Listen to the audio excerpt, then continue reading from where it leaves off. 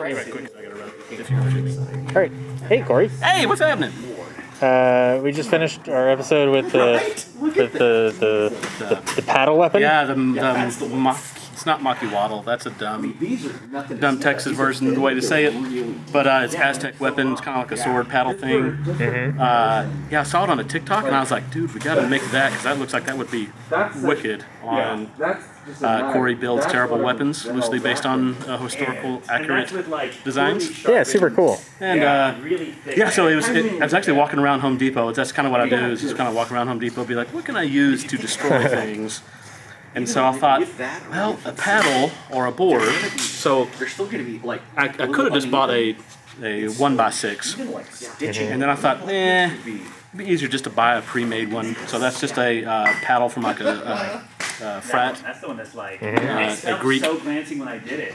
And so I just took that, ripped it down the sides, put washers in instead of the stones. I actually thought about doing stones, but I was like, how am I going to chip stones, or how am I going to find sharp stones? Yeah. That's dumb. So I was like, just do washers, and that way they look kind of right, and they're the right thickness, so I can actually take and file them down. I think it's pretty effective. What do you think, Brandt? Yeah, I mean, it seemed like it did more than I initially would have expected it to do. It would be very unpleasant. I would not like to get hit with that. And then, of course, we had Anthony out to... It was great. Yeah, I'm sure Anthony's technique certainly contributed to the effectiveness of that weapon. And so I can just pretty much make crap, and then Anthony will come out and destroy things. Right. Yeah, I'm lucky that way. Yeah. Anthony's going to split the table in half. Yeah, trying very hard not to split the table in half. Yeah, and even if it's kind of held up. Oh, here we go. I got it. Maybe. Oh, nice! Okay. Nobody touch it. Hi. Bryce, what's up? Hello. Hi. We just did the paddle weapon. Gosh, I wish I. Yeah. Macuajitos! Macuajitos! It's monkey paddle, I think.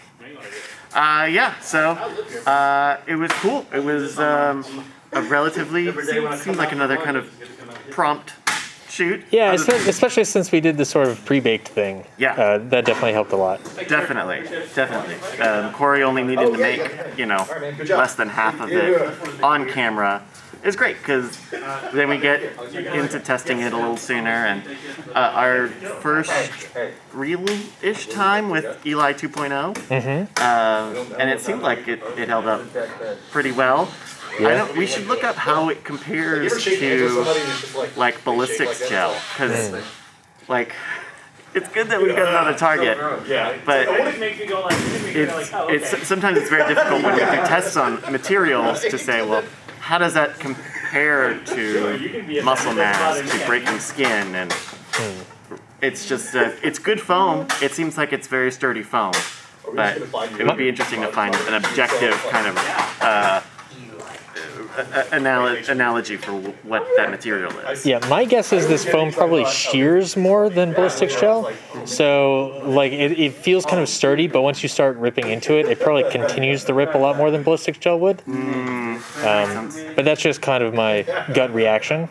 Yeah, and it's it's covered in that suit, that hazmat suit. Right. So that affects the material properties as well, because it is an adhesive, so it becomes adhered to that layer of plastic, and so I don't know. It's interesting. It's good that we have another target, though. Yeah. It always feels like we make a lot of weapons nowadays, and then we don't know what to attack with it. So it's cool that we've got both a new target and a new way to do it. Yeah. And an inventive build, a very clever idea for a build. Yeah. Let's get the light remote, because for the cold open we had a fun little thing here. That's right. We had to sync all of the lights going off. Is there a gas leak? What is happening? So that's where this comes into play. That's right. So this is, I believe that these are designed for controlling your outdoor lights, like holiday lights. And so you see that there's a 1, 2, and 3, and then there's an off and an on column. And basically you use this in conjunction with their outlet plugs. that like a pass through basically. And so when you hit on, it actually provides power in that plug, and when you hit off, it takes the power off. We might actually be able to see it a little bit with our overheads on here. Yeah. Turn these off. So this is with all 3 on, and I'm gonna hit off 1, off 2, off 3. There you go. Nice. So 2 is got that spotlight on it. 3 has got our soft boxes over there, and then if you go over to the left, that's 1 which has boom that LED panel. And so the actual connection pieces can be just put anywhere. So we use this in the podcast studio a bunch for controlling the lights on those sets, for turning things on and off at will. And they're great. They work really well. Yeah, and then also we had one of them, I want to say this guy. Yes. Yeah, this one we have battery operated, and we did that so that way when we turn all of the lights off, this one stays on, and that can give us a little bit of just like ambient light, so that way it wasn't total pitch black. Yeah, exactly. Yeah. And we now, these run off of the same battery cells that we use in our Ninja video devices that you've seen us probably show off in other teardown videos. Are they PL mounts? Is that right? Or NP?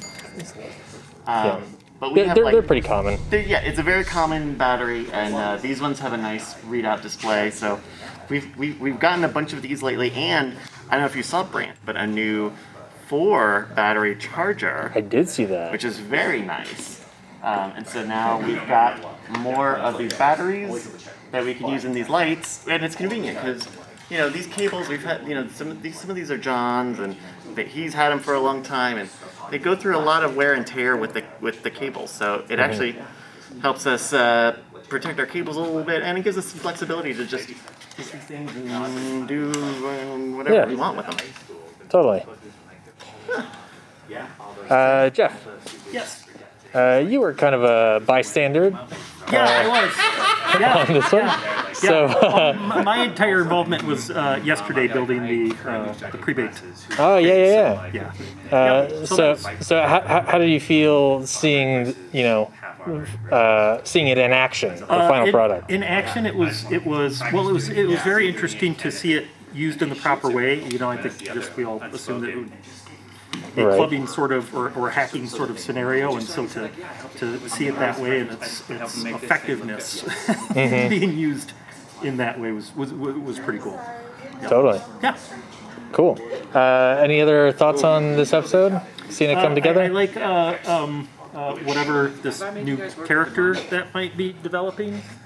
Cory's. Okay, I was about to say there's kind of 2 new characters in this. That's true. That's very true. Yeah, Cory's character was very interesting to see it come together.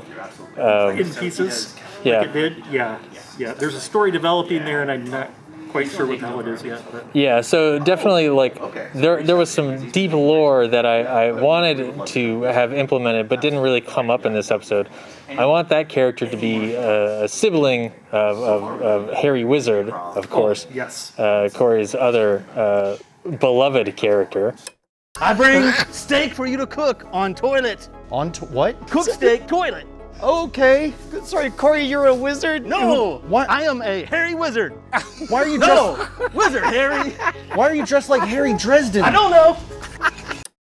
But who knows if that's canon or not? That's sort of my own headcanon. Sure. Eli, how did you feel about that? Seeing Eli 2.0 get its just dues. Feels good. Yeah? I'm not gonna lie, it feels really good. Vindication. That's one word you could use to describe what's happening. Mm-hmm. Yeah. You were kind of on the center camera for this one. Yeah, center and then left, sort of. Right, yeah, it kind of changed around a little bit for the demonstration. Yeah. Just kept people in the frame. Yeah. I'm trying to think of anything super. Oh yeah, when Cory came out with the flaming buzzsaw thing, that was unexpected because that was pretty close to me. Yeah. I was standing right there, in that area, and just seeing that come out was fun. Yeah. So yeah. Had you been run through the plans on that beforehand? No, Or? nope. I had been eating pizza like 15 minutes earlier, and Jeff was like, "Hey, come inside, hop on," and then Cory's just holding a flaming buzzsaw, and Well, that's fun. that's just part of the job. Yeah, I always compare the way that we film Modern Rogue to being like documentary filmmaking. Yeah. In that a lot of times you kind of know what subject is going to be where, but you don't really know what they're going to do or when they're going to do it. So you just have to like be real light on your feet and be ready to adapt to the situation. Yeah, and like Brian and Jason and Cory aren't so much like people as they're like things that enact creatures. their will on a space, and so I mean, that's what you saw. Yeah.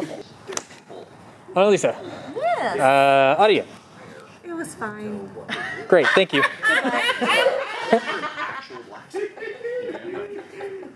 I'm just gonna quietly wait until they're done talking. Oh, okay, sorry. Hi. Never know. Hi. How did that episode go for you guys? How did you feel about it? I thought it was fun. I think Brian's going to be mad because we may have actually shot an 8-minute episode without him. Brian's always the one, it's like, okay, get it condensed. And he's right. But we always go over. But strangely, that one was really That was quick. Yeah. concise. Like Yeah. that was way more effective than I expected to be. Yeah. Like I was full key giving, not even low key, full key giving shade for like, these aren't very sharp, this is still really thick, what are we doing with this? Like the handle feels really soft, like I don't know if I trust it, but yeah, definitely way better than I expected. Way more terrifying for the 30 minutes of work it takes to make that too. Yeah, I would actually like to. We've got some guys who have offered to come on and teach us flint knapping. And, finding a bunch of obsidian in Central Texas. Challenge, right? Like, it's not a real volcano-rich area. But, if we could get some obsidian and just do, like, some rudimentary flint knapping and do something like that. Yeah. I want to do flint knapping anyway. Right. But to do, doing it to break those facets to make these razor sharp rocks and stuff becomes much more dangerous, but also much more dangerous. So yeah, it handled fairly well. Do you think, Anthony? It did, especially when I switched to that thumb over grip. Like all the other mechanics of it started making way more sense. Like because it's not that chopping thing. Like don't get me wrong, if someone hits you with the edge of it, like any other big metal club with spikes on it, it's gonna be unpleasant. But being able to drive and move through and not stop that action. Yeah, it's. I'm concerned about some things. That's from like Amazon, right? The sword. I'm just saying, it's not sturdy. I'm just trying to get it to go through. Okay. Yeah. No, that's cool. I mean, I'm just encouraging. I'm not encouraging you or discouraging. I'm just saying. I would take a look at your name. No. Yeah, but it's like. I don't want to be here when he dies. That's what's probably stopping you. Shouldn't you be though? Okay. Yeah. That's a I good mean- point. I do want to be here when he dies. I actually told him that. I said, I'm going to be there when you die. Not doing it, just there, just present. watching. Yeah. Maybe this is the day. So Anthony, you spoke to some people to get a little bit of like historical background. Do you feel like you kind of got most of that out in the episode? I feel like most of it I have like rehashed. So, like I said, this was from what I was explained to. It was used as a large, it's not a dueling weapon. It's a 100 of us, 100 of them. We're rushing through, or we're just attacking their settlement. Right. That's outside my ken of knowledge. Right, but it's not a one-on-one. It's a mass of people. Right. And to the point that the goal was to injure and disable without killing. So you could have that live person moving back for sacrifices. And then apparently, like, depending on who gets the kill, determines how the body is divvied up after the fact as well. Interesting. So, yeah. But that was definitely a lot more like... But with that description of the weapon, with how that weapon is built and used, where I can make those big, large, flaying attacks that aren't expressly lethal, but I can drive that in, especially with that thickness of the board there. Like that really limits how deep that strike's gonna go. Oh, sure. Hitting it's gonna be. So you can't accidentally kill. Well, it's much harder to accidentally kill somebody. Like obviously, necks are gonna be debilitating no matter how you hit them. But you catch them in the shoulder, like it's just gonna flay that muscle open and not do anything else. So now they can't use that arm, and someone else can come and finish the job, or finish so they can't move anymore. And then you have the cleanup crew that comes after and like stabilizes them and puts pressure on the wounds so they don't bleed out and die, so you can then haul them back to take care of them later. Like it's a very dark. History is gnarly. Yeah. Yeah, I'm thinking maybe we need to make like a triple decker. It's like 3 paddles, and it's all just rows of serrated teeth, like a shark. Yeah, so it's just like, yeah, that'd be awful. And Cory has some other horrors ready. That thing you brought out was terrifying as it was. Didn't expect the fire. I did not know. I was like, something's burning. What? Yeah. All right. I think that'll do it. Thanks for joining me, everybody. Yeah. Bye. Bye.